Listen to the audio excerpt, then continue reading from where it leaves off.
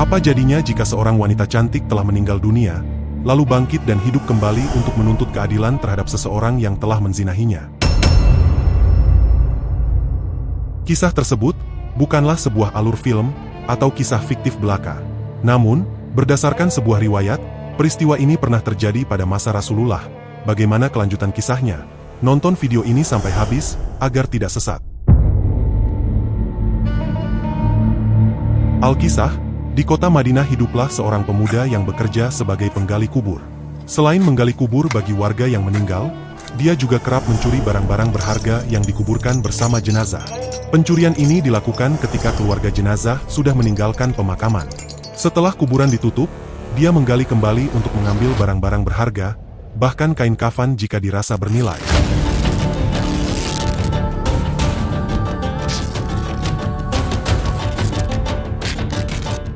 Suatu hari, seorang gadis yang terkenal sangat cantik dan solehah di Madinah meninggal dunia.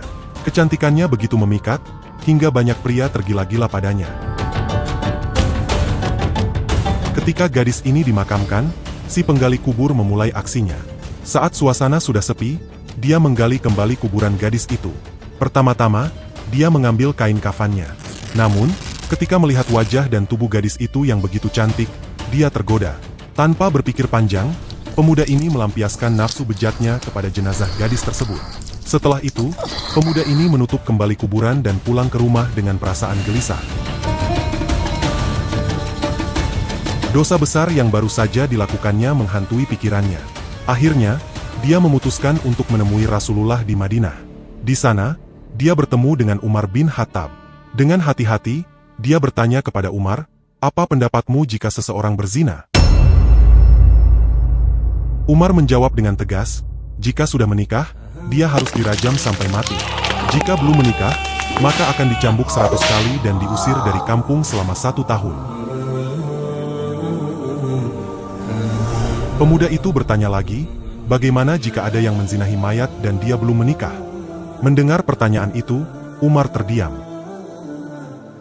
Dengan gemetar, pemuda itu mengaku, "Wahai Umar, aku yang melakukannya. Apakah Allah masih mau mengampuni perbuatanku ini?" Tanpa berkata apa-apa, Umar cepat-cepat masuk ke dalam masjid dan menangis. Rasulullah yang melihat Umar menangis bertanya, "Apa yang membuatmu bersedih?" Umar menjawab, "Di luar ada seorang pemuda yang mengakui dosa besar dan ingin bertobat." Rasulullah memanggil pemuda itu masuk. Melihat pemuda tersebut menangis terseduh-seduh, Rasulullah bertanya, "Wahai anak muda, kenapa engkau menangis?" Pemuda itu menjawab, "Ya Rasulullah, dosaku terlalu besar. Aku takut Allah marah besar kepadaku." Rasulullah bertanya, "Apakah engkau telah menyekutukan Allah atau membunuh orang yang tidak bersalah?" Pemuda itu menjawab, "Tidak, ya Rasul, aku tidak pernah melakukan kedua hal itu." Rasulullah mencoba menghibur pemuda itu, "Ketahuilah anak muda, Allah akan mengampuni dosa-dosamu sekalipun dosamu sebesar 7 lapis langit dan bumi. Apakah dosamu sebesar Ummul Kursi?" Pemuda itu menjawab, "Bahkan lebih besar dari itu, ya Rasul." Rasulullah bertanya lagi, "Apakah dosamu sebesar Arash?" Pemuda itu menjawab sambil menangis, "Lebih besar dari itu, ya Rasul." Rasulullah bertanya, "Sebenarnya dosa apa yang kau lakukan? Coba katakan padaku." Pemuda itu menjawab dengan malu, "Aku malu untuk mengatakannya." Rasulullah berseru, "Jika tidak kau katakan, dosa itu akan tetap membebani jiwamu." Akhirnya, pemuda itu memberanikan diri untuk bercerita. "Aku telah 7 tahun bekerja sebagai penggali kubur. Suatu hari ada gadis dari kaum Ansyar yang meninggal. Kecantikannya luar biasa. Secara diam-diam kugali kembali kuburannya dan kubuka kain kafannya.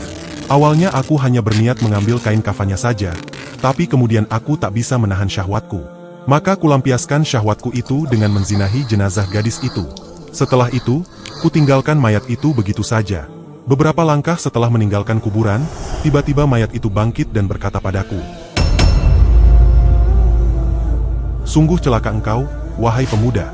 Apakah kau tak malu kepada Tuhan yang kelak akan membalasmu di hari kiamat pada saat semua orang dituntut balas? Engkau membiarkan aku dalam keadaan telanjang dan berhadas besar di hadapan Tuhanku.'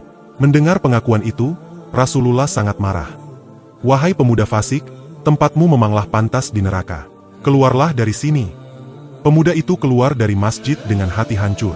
Tanpa tujuan, dia berjalan tanpa arah. Sementara itu, Rasulullah mencari petunjuk dari Allah. Pemuda itu pergi menyendiri di sebuah gua di gunung, menangis dan berdoa meminta ampunan. Dia bersumpah tidak akan keluar dari gua sebelum Allah memaafkannya dan menyampaikan ampunan itu lewat Rasulullah. 40 hari kemudian, tubuh dan wajah pemuda itu berubah drastis. Selama di gua, dia hanya makan apa yang dia temukan. Dia terus berdoa, "Ya Tuhan Nabi Muhammad, Tuhan dari Nabi Adam dan Hawa, jika aku telah Kau ampuni, sampaikanlah kepada Nabi Muhammad dan para sahabatnya. Jika tidak, bakarlah aku di dunia dan bebaskan aku dari siksa di akhirat." Allah akhirnya mengutus malaikat Jibril untuk menemui Rasulullah. Jibril bertanya, "Wahai Rasulullah, apakah engkau yang menciptakan makhluk?" Rasulullah menjawab, "Allah yang menciptakan aku dan semua makhluk." Jibril berkata, "Apakah engkau yang memberi rezeki kepada mereka?" Rasulullah menjawab, "Tidak, hanya Allah yang memberi rezeki." Jibril bertanya lagi, "Apakah engkau yang menerima tobat mereka atau menghukum mereka atas dosa-dosa mereka?" Rasulullah menjawab, "Maha suci Allah yang maha memberi pengampunan." Jibril berkata, "Wahai Rasulullah, Allah berfirman, maafkanlah hambaku karena Allah telah mengampuninya." Rasulullah memanggil pemuda itu dan memberitahu bahwa Allah telah mengampuni dosa dan menerima tobatnya. Tak lama setelah itu, pemuda tersebut meninggal dunia. Allah berfirman, "Orang-orang yang apabila mengerjakan perbuatan keji atau menganiaya diri sendiri, mereka ingat akan Allah lalu memohon ampun terhadap dosa-dosa mereka. Dan siapa lagi yang dapat mengampuni dosa selain daripada Allah? Dan mereka tidak meneruskan perbuatan kejinya itu sedang mereka mengetahui." Ali Imran ayat 135. Semoga kisah ini bermanfaat. Yang benar datangnya dari Allah, hilaf atau keliru itu datangnya dari saya pribadi sebagai manusia biasa. Sampai ketemu di kisah-kisah seru yang penuh makna selanjutnya.